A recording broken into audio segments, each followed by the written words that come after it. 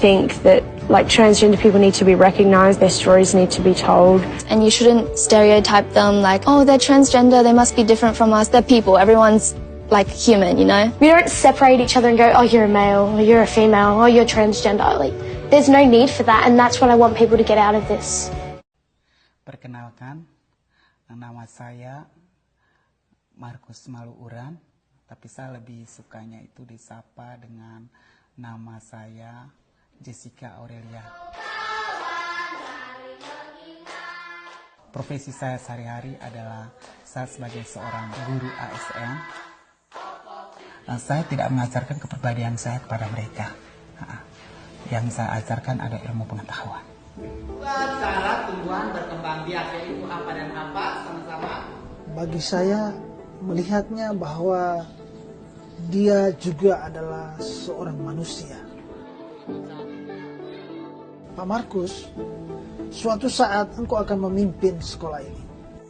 Sebenarnya sih, saya ingin sekali label transpuan atau transgender diberikan kepada saya. Jangan sampai panggil saya Pak. Ada sosok transgender yang mendirikan pesantren khusus bagi para waria di Yogyakarta loh. Sosok ini bernama Sinta Ratri, pemilik sekaligus pengasuh pondok pesantren Al-Fatah yang khusus menampung kaum waria di Yogyakarta. Sosok Sinta dikenal aktif membela para waria untuk mendapat haknya beribadah. Menurut pengakuannya sih, terkadang ia mendapat banyak penolakan ketika sholat di masjid. Bahkan tak jarang ia mendapat tindakan yang kurang enak dari masyarakat. Makanya dia mendirikan pondok pesantren waria Al-Fatah untuk membuka kesempatan para waria beribadah secara nyaman dan dapat memperdalam agamanya. Namun pada Februari 2016 lalu, Front Jihad Islam atau FJI sempat menggeruduk pondok pesantren Sinta. Mereka minta Sinta dan kawan-kawan buat bertobat dan kembali menjadi laki-laki. Bahkan nih ya, komunitas ini dituding nyebarin ajaran sesat, perkawinan sejenis, hingga jadi tempat mabuk-mabukan berkedok pesantren. Habis kejadian itu, pondok tersebut ditinggalkan dan sempat kosong selama beberapa bulan karena mereka mengalami trauma. Padahal dilansir dari Direktorat Pendidikan Diniyah dan Pondok Pesantren, yayasan ini memberikan bimbingan soal agama loh. Berkat kerja keras dan semangatnya mendampingi para waria, Sinta Ratri mendapat penghargaan pejuang hak asasi manusia dari Frontline Defenders pada tahun 2019.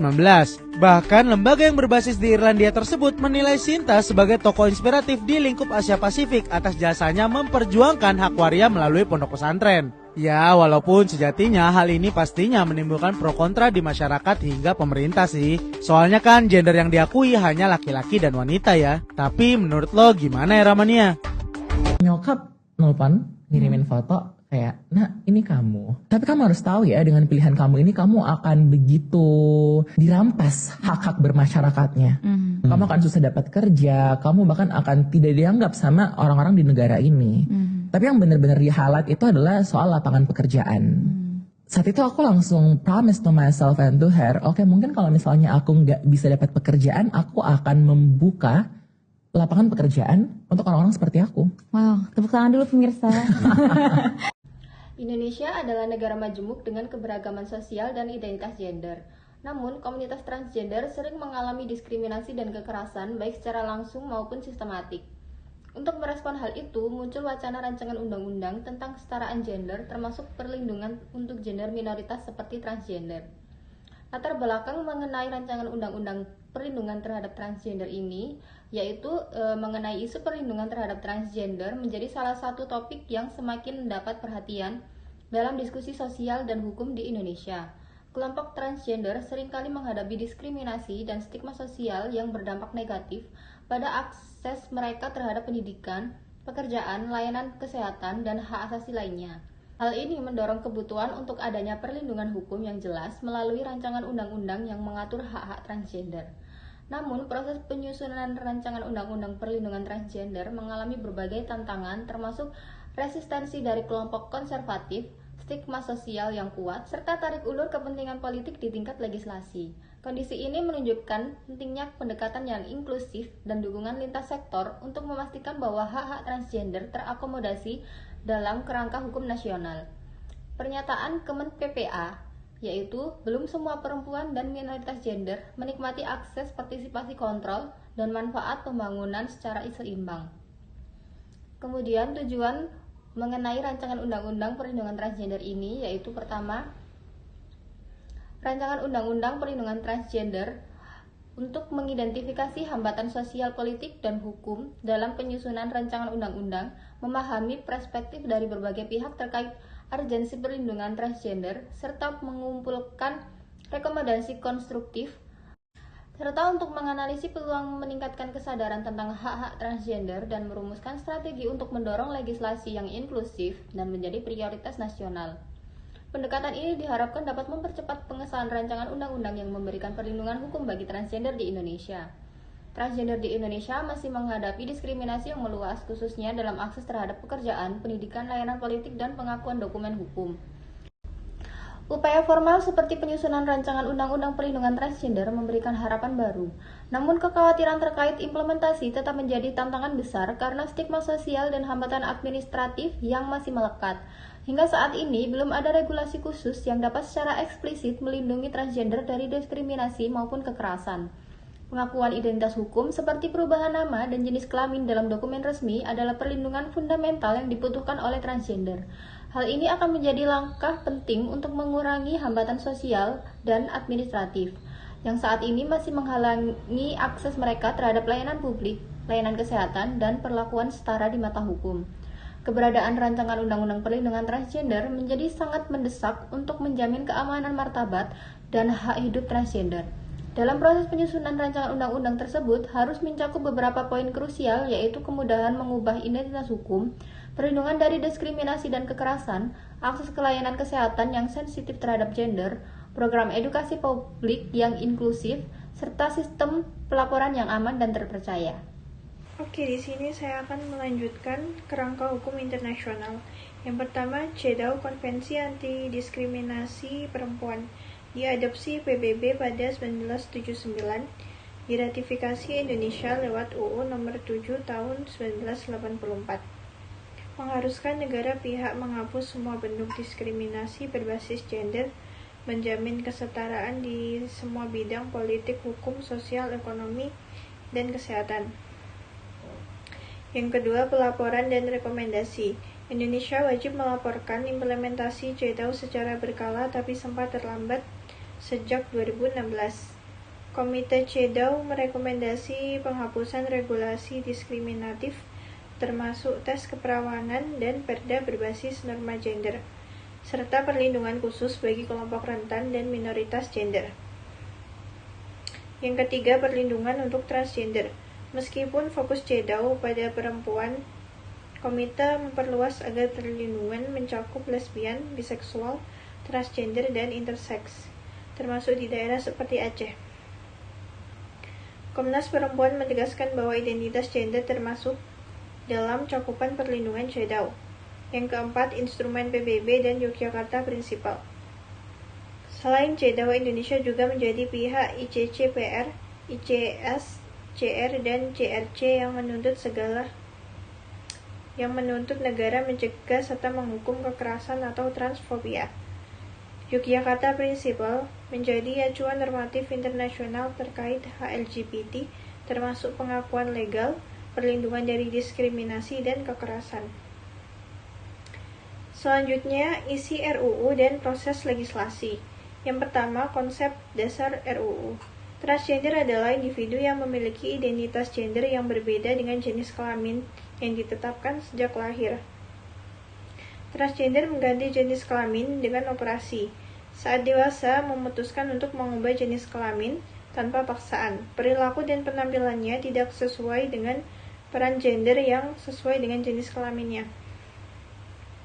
Transgender di Indonesia masih menghadapi berbagai bentuk diskriminasi, terutama dalam akses pekerjaan, pendidikan, dan layanan kesehatan, dan dokumen hukum. Mereka sering kali diperlakukan tidak adil dan tidak dihormati identitas gendernya. Upaya formal seperti RUU Perlindungan Transgender memberi harapan, tapi implementasinya masih menjadi kekhawatiran. Saat ini belum ada perlindungan hukum khusus yang secara eksplisit melindungi transgender. Perlindungan yang paling dibutuhkan adalah pengakuan identitas hukum, yaitu perubahan nama dan jenis kelamin, serta perlindungan dari diskriminasi dan kekerasan. Hambatan administratif dan sosial masih sering terjadi, termasuk saat mengakses layanan publik dan kesehatan. RUU Perlindungan Transgender sangat mendesak untuk menjamin keamanan, martabat, dan hak hidup transgender.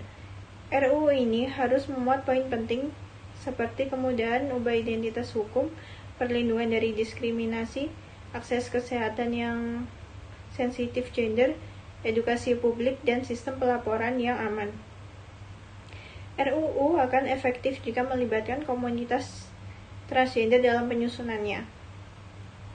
Harapannya transgender bisa hidup aman, dihormati, dan diakui hak-haknya secara setara sebagai warga negara. Yang kedua, mekanisme dan kewajiban pemerintah. Semua kementerian, lembaga, dan pemerintah daerah sekarang wajib menjalankan pengarus utamaan gender. Artinya kebijakan mulai dari perencanaan hingga evaluasi harus sensitif gender.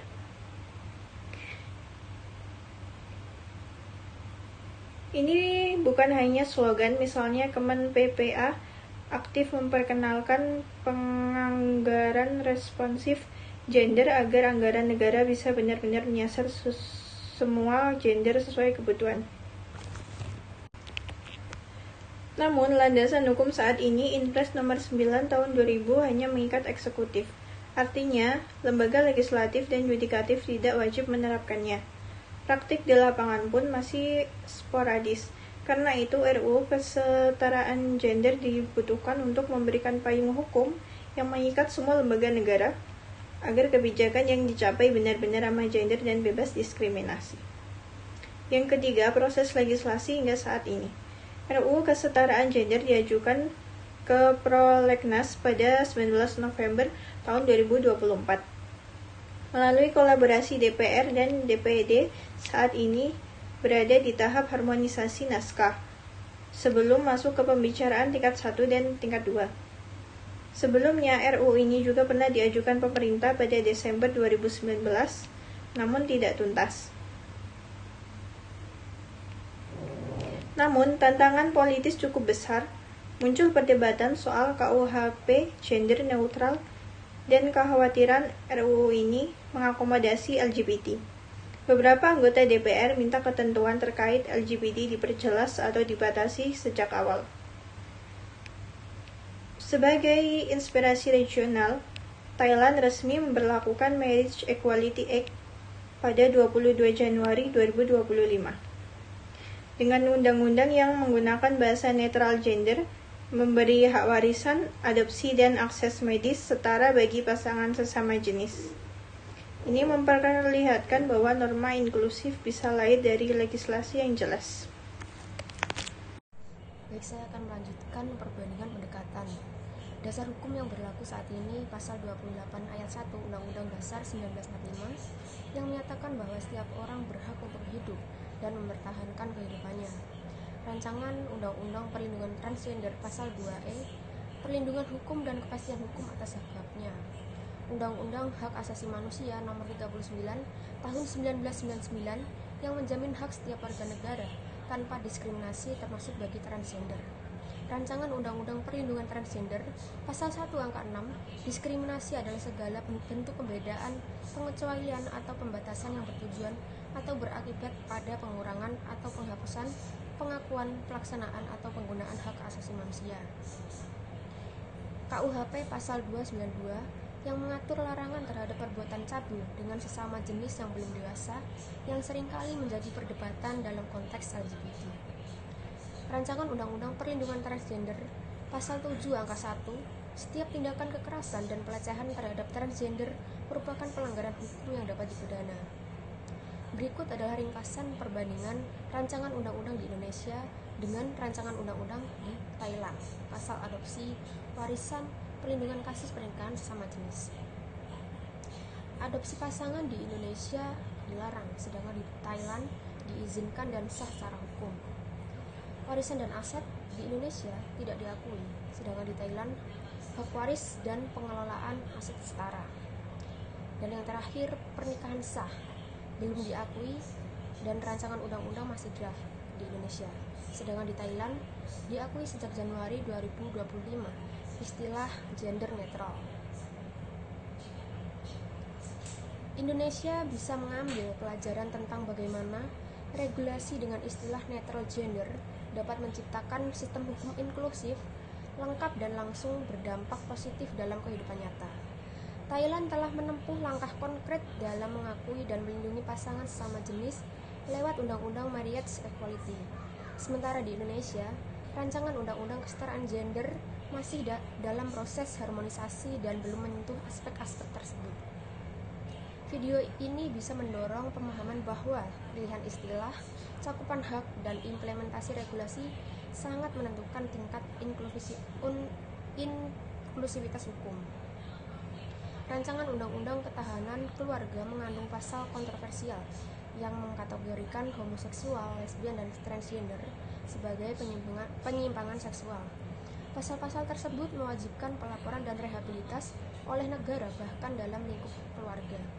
Para kritikus termasuk aktivis dan komunitas waria memperingatkan bahwa ketentuan ini bisa dijadikan alat kriminalisasi dan menambah stigma, serta membuka peluang persekusi dan pelanggaran privasi. Rancangan undang-undang ini juga kontradiktif, di satu sisi mendorong pembakuan peran gender tradisional, di sisi lain mencampuri ranah personal warga, padahal prinsip kebijakan publik harus menghormati keragaman dan privasi. Oke, selanjutnya akan saya lanjutkan. Saat ini tekanan dari kelompok konservatif mendorong agar KUHP memasukkan pasal pidana terhadap LGBT termasuk transgender sebagai bentuk pertahanan moral. Bahkan Mahfud MD pernah mendukung ide ini meski tidak masuk dalam RUU baru. Namun dukungan terhadap kriminalisasi LGBT ini menghadirkan ancaman serius terhadap hak fundamental, terutama kebebasan berekspresi dan hak privasi. Aktivitas transgender seperti Gia mengakui pernah dibungkam secara langsung, akunnya tiba-tiba tak bisa diakses. Setelah berbicara dengan LGBT, ini bukan sekedar ide tapi tindakan nyata yang mengancam suara dan eksistensi mereka. Tantangan teknis dan politik.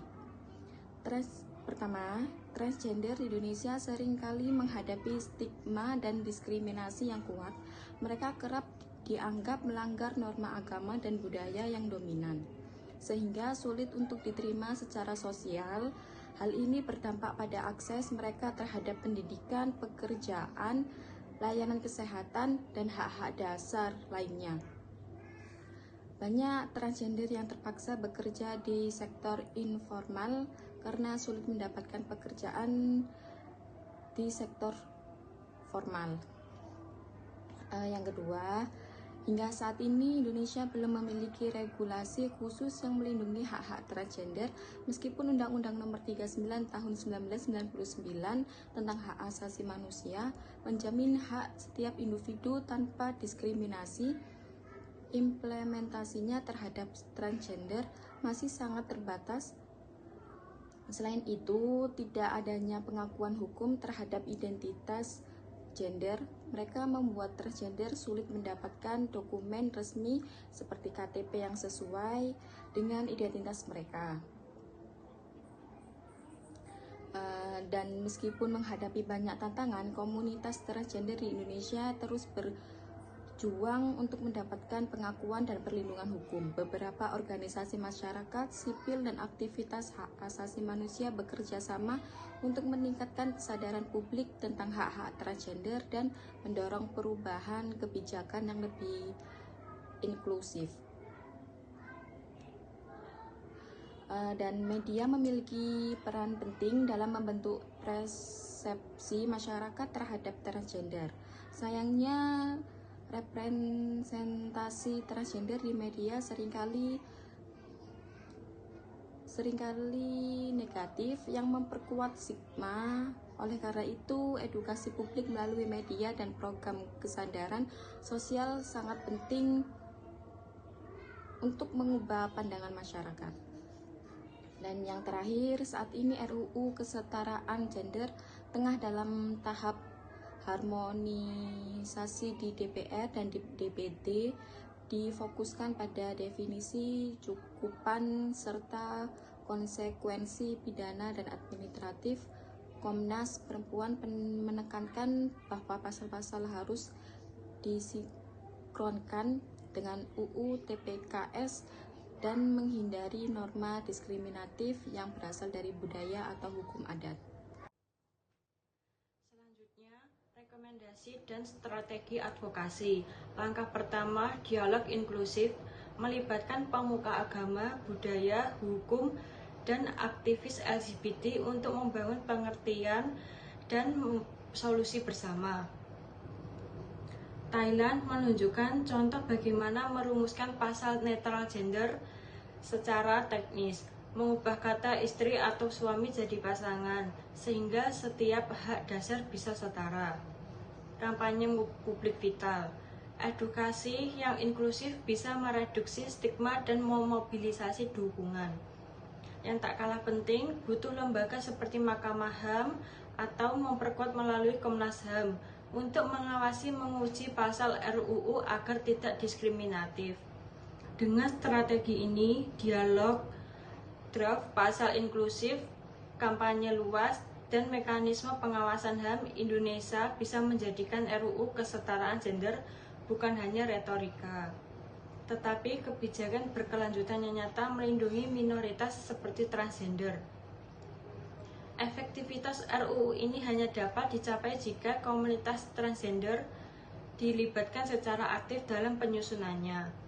Dengan demikian, regulasi yang dihasilkan tidak hanya relevan, tetapi juga benar-benar mencerminkan kebutuhan serta hak-hak transgender sebagai bagian dari masyarakat Indonesia. Harapannya, transgender dapat hidup dengan aman, martabat yang dihormati, serta hak-hak yang diakui secara setara sebagaimana warga negara lainnya. RUU Kesetaraan Gender bertujuan untuk mencerminkan perlindungan hukum bagi semua warga termasuk transgender dan mencegah diskriminasi berlandaskan gender.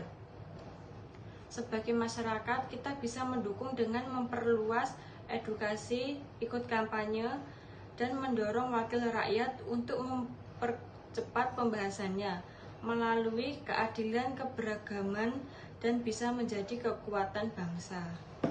Would Ian, apakah trans women atau trans puan? Are trans women real women? And how do you label yourself? Oke, aku tuh percaya gender yang tadi kamu bilang, gender and sexual orientation, gender and sex, those are two different things. Yeah. Sex itu lebih ke organ, meanwhile gender itu konsep. Yeah. So when you ask me, trans woman itu woman gak? Well, I label myself as a woman sesuai konsep perempuan dalam benak aku adalah seorang perempuan. Yeah. Jadi kalau pertanyaannya, do you think you are a woman even though you are a trans woman? Yes, I am a woman. Tapi memang trans itu, ini sebenarnya tiap orang pasti beda-beda. Tapi aku pribadi, aku tidak akan pernah melepas identitas trans itu dari diri aku. Yeah.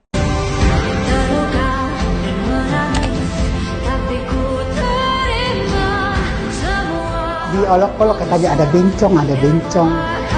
Dia ingin berobat tapi bingung harus kemana, takut karena mendapatkan tatapan yang kurang mengenakan atau cemoohan, dan mungkin yang paling parah adalah mengalami pelecehan.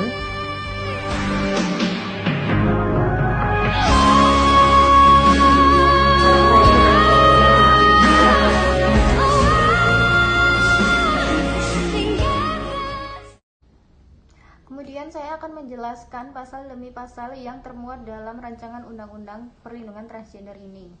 Pasal 1 menetapkan definisi utama dari perlindungan, yaitu tempat aman dan tindakan untuk mencegah bahaya. Kemudian ada definisi dari gender, yaitu konstruksi sosial tentang peran laki-laki dan perempuan. Definisi transgender, yaitu identitas yang berbeda dari seks lahir. Kemudian definisi dari diskriminasi, yaitu tindakan membatasi atau mengucilkan karena identitas gender. Kemudian terdapat beberapa batasan, antara lain lembaga-lembaga dari Kemenkumham, Kemenko Polkam, dan Komnas HAM yang menopang dan melaksanakan rancangan undang-undang ini. Pasal kedua mendefinisikan hak dasar transgender.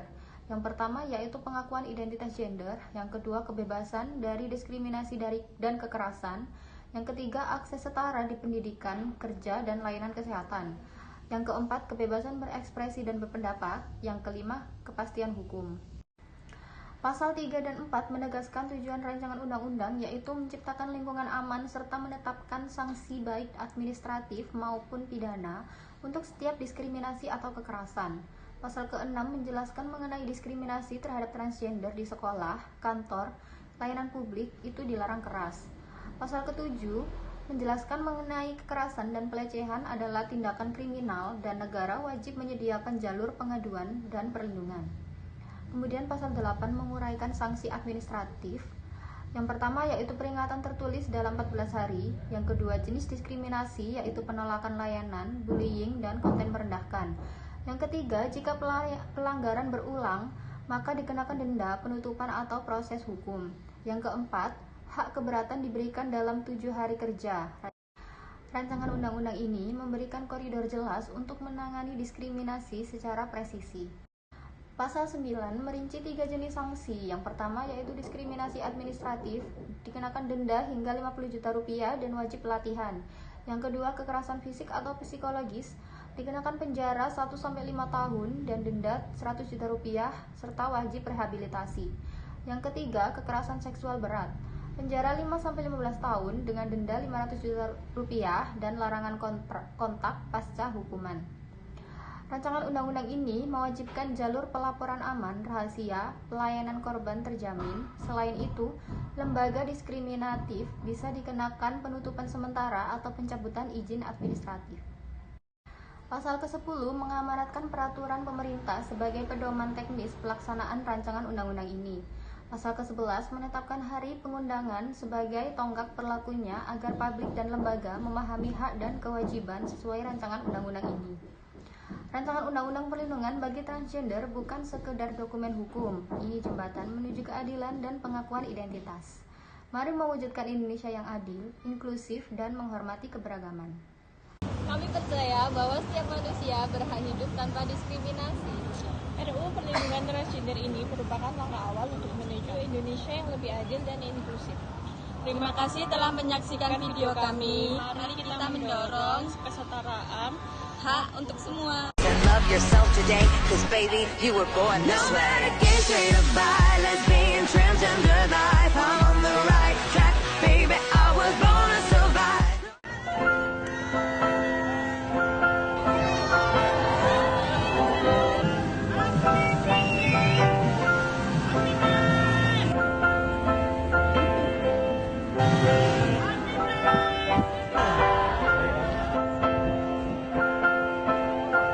Behind the scene.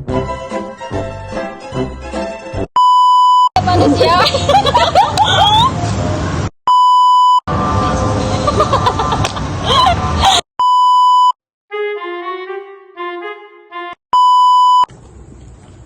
Jadi kita ini lagi di makam kembang guys. Gimana ya, berburu waria buat kerancangan undang-undang transgender. Thank